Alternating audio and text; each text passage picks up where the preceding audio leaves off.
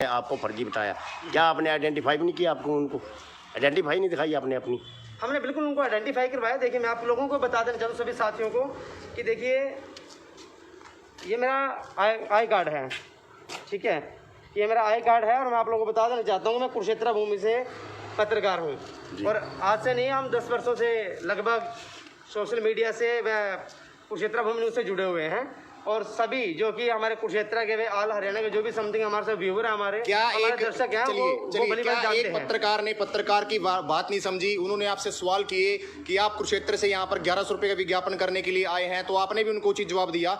इसके बारे में बताएं कि उन्होंने क्या आपको कोऑपरेट नहीं किया? उनका चैनल का नाम बताएं, उनका नाम बताएं, कौन है वो व्यक्ति? नहीं देखिए, कोऑपरेट की बात ऐसा होता है कि अगर हम लोग फेक होते तो हम उनसे दबाव में बात करते और नहीं सर, ये बताइए ना उस पत्रकार ने पत्रकार का नाम बताइए ना, चैनल का नाम बताइए कौन पत्रकार है? न्यूज़ 24 का वो पत्रकार है, उनका नाम है दर्पण उपल। वो सोशल मीडिया है, आकर्षण उपल के जो अपने आप को भाई बताते हैं और जो है कि जब उनकी तस्दीक हमारी ओर से भी की गई, इन्वेस्टिगेशन हम लोगों ने भी करना चाहिए क्योंकि हम लोग एक जर्नलिस्ट हैं और वो जो है कि उनका रिकॉर्ड डीपीआरओ महोदय के पास, जिला प्रशासन के पास भी नहीं है। कहाँ जिला, कुछ कहाँ का जिला उनका? जिला डिस्ट्रिक्ट करनाल की बात मैं कर रहा हूँ। जिला करनाल जी, जिला करनाल के जो कि उच्च अधिकारी हैं, आला अधिकारी हैं, उनके पास कोई ब्यौरा नहीं है, कोई रिकॉर्ड नहीं है।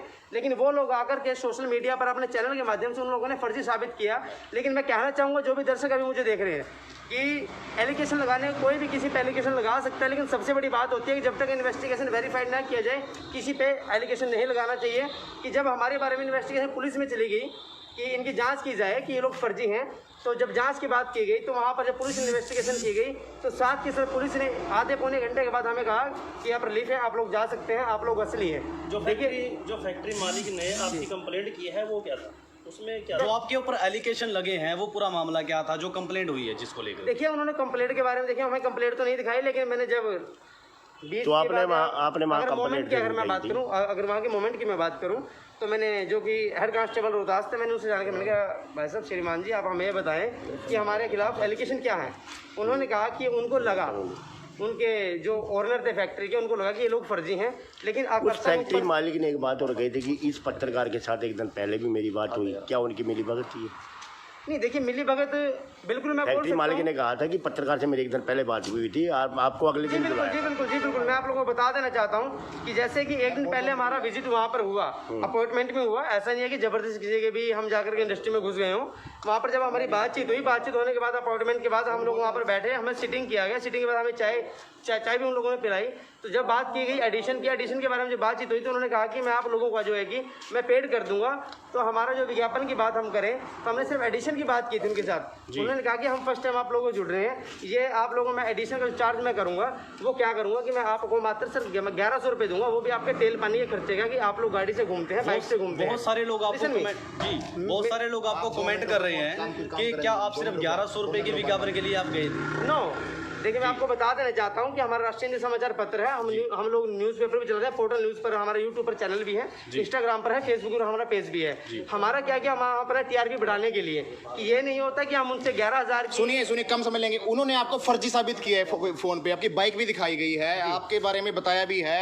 क्या आपके मुख्य संपादक से उस बारे में विषय पर वार्तालाप भी की उन्होंने, फोन पे संपर्क करने की कोशिश की है? मैडम आप बताइए कुछ बात। उन्होंने कोई बात नहीं की, हमारे ओनर ने बात करने की कोशिश की। तो आप उस समय घबराई हुई, सहमे हुए थे आप, क्या करना था उसका? तो सर उन्होंने बात ही नहीं की है, वो कहते हैं मैंने जरूरत नहीं है किसी से बात करने की। हमने कहा सर हमारे ओनर 1 मिनट बात तो कर लो आप। उन्होंने किसी से कोई बात नहीं की। देखिए अपने टीआरपी, अपने चैनल को प्रमोट करने के लिए, अपने टीआरपी बढ़ाने के लिए बिना वजह से पब्लिक में इशू खड़ा कर दिया है। इन जो ये चेहरे हैं ये गौर से देख लीजिए, इन्होंने कोई कत्ल नहीं किया, इन्होंने कोई ब्लैकमेलिंग नहीं की, इन्होंने कोई किसी को अपमानित नहीं किया, लेकिन एक विज्ञापन के माध्यम से इंडस्ट्री में जाकर पहुंचते हैं। वहां पर मालिक और जो चैनल के संपादक हैं, जो अपने आप को एक बड़ा पत्रकार बताते हैं करनाल के, उनके द्वारा मिली भगत में इनको जानबूझकर इस जाल में फंसाया है।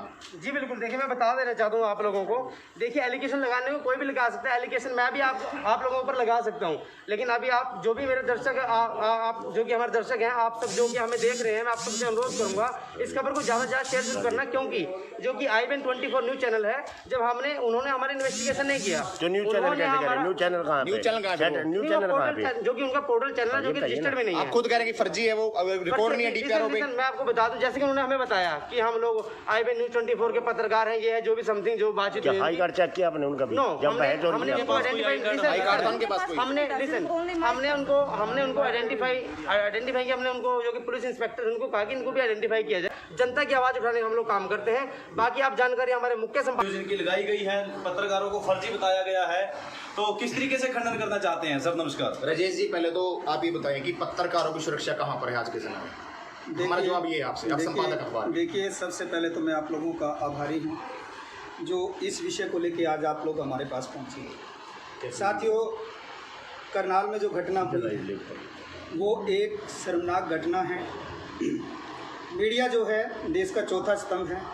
जनता की आवाज़ उठाने के लिए, देश की आवाज़ उठाने के लिए हमेशा तत्पर रहता है। मीडिया वो स्तंभ है जो आईने की तरह साफ करके खबर को चलाए। लेकिन जो घटना IBN 24 न्यूज़, आकर्षण उपल और उसके सहयोगियों ने कुरुक्षेत्र भूमि के पत्रकारों के साथ एक रंजिश का माहौल पैदा करते हुए और उस तथ्य पे ना जाते हुए ना उन्होंने सीनियर अधिकारियों से संपर्क साधा कि पत्रकार जो हैं वो नकली हैं या फर्जी हैं। हम भी कॉल करते रहे। मैं उस समय पंजाब था और यहाँ से कम 350-400 किलोमीटर की दूरी पे था। जिस समय घटना घटित हुई, पत्रकार बंधु जो हैं विज्ञापन के लिए भी संपर्क कर सकते हैं और विज्ञापन को ब्लैकमेलिंग का अगर माहौल पैदा करके दिखाया जाए वो गलत है। और पता लगने पर पता चला है कि पत्रकार जो है मात्र 1100 रुपये की ऐड पे बात कर रहे हैं और उसको ब्लैकमेलिंग दिखाई जा रही है। मेरा सवाल आपसे ये है कि जब वो खबर चली IBN 24 पर, कमेंट में ये भी लोगों ने आरोप लगाए हैं कि पहले भी आपने ब्लैकमेलिंग की है, ब्लैकमेलिंग के आरोप लगे हैं आपके ऊपर, उसके बारे में क्या कहोगे आप? जी, बहुत अच्छा सवाल है और सभी दर्शकों को भी पता लगना चाहिए कि जो खबर चली है उसमें काफ़ी लोगों ने कमेंट किए हैं कि कुरुक्षेत्र भूमि जो है वो ब्लैकमेलिंग करता है। कोई एक आरोप विद प्रूफ लेकर आए और लीगल कार्रवाई करे, मुकदमा दर्ज कराए, उसके बाद कमेंट करे।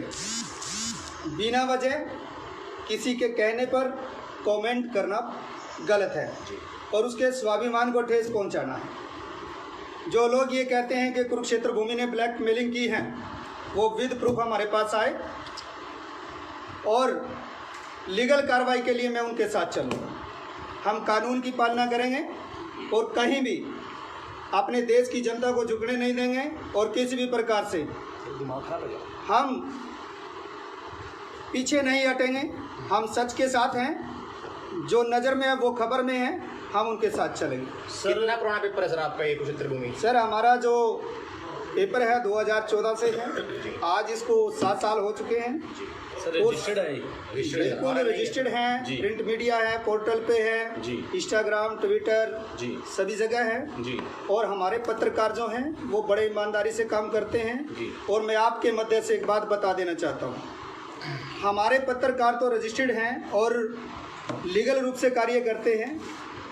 जो IBN 24 न्यूज़ है उसका ना तो आज तक कोई रिकॉर्ड है और उस व्यक्ति के खिलाफ न जाने कितने ब्लैकमेलिंग के पर्चे दर्ज हैं जी। ये आप लोग भी भली भांति जानते हैं क्योंकि मीडिया में उसके मुद्दे जो हैं चर्चित रहे हैं जी।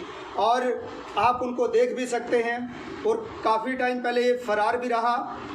मुद्दे इतने हैं कि मैं आप लोगों को दिखाऊं तो मीडिया भी शर्मसार हो जाए। सर एक बात बताएं, ये तो एक सीधा एलिगेशन लगाने की बात होगी। जिन लोगों को उनके रिकॉर्ड के बारे में नहीं पता है उनके लिए सिर्फ ये एक एलिगेशन है। आप किस बिहार पे बोल रहे हैं कि वो बंदा ब्लैकमेलर है?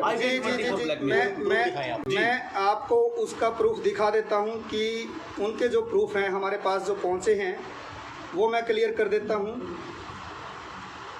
ये FIR है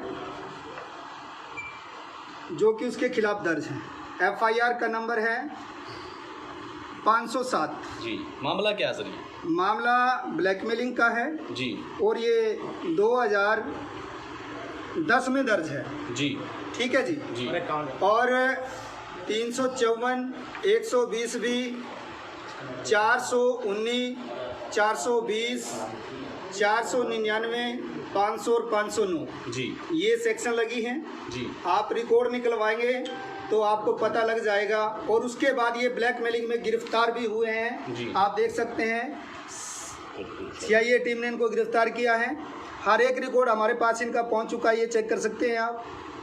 और ये FIR इनकी दर्ज है, सारा रिकॉर्ड। और ये DPRO का लेटर है कि इसका रिकॉर्ड सूचना विभाग में दर्ज नहीं है। वो फर्जी कुरुक्षेत्र भूमि को बता रहा है, उसका खुद का रिकॉर्ड सही नहीं है। मैं गिरफ्तार करवा कर रहूँगा। और ये भी बता दूं कि उसके खिलाफ मैंने SP कुरुक्षेत्र मुख्य को शिकायत ईमेल डाल दी है। और देखना यह है कि ये फर्जी पत्रकार करनाल में किस तरीके से प्रशासन की नॉलेज में, मैंने SP से बात की, मैंने DC से बात की और वहाँ के जिला अधिकारियों से, सूचना विभाग से बात की, उनसे पूछा कि क्या इसका रिकॉर्ड आपके उसमें दर्ज है, लेकिन ऐसा कोई भी रिकॉर्ड उनके पास दर्ज नहीं है।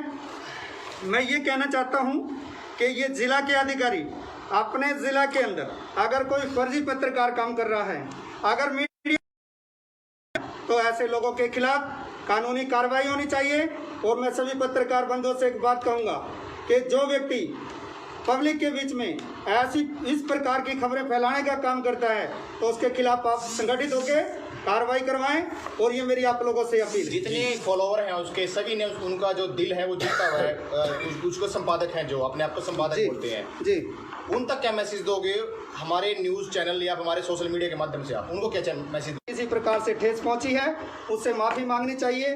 मैं यही कहूँगा, सच के साथ चलो, अपने भारत को एक अखंड भारत बनाओ। और हम चौथा स्तंभ है भारत देश का, और हमें उसके नियम और कानून का पालन करके अपना कार्य करना चाहिए।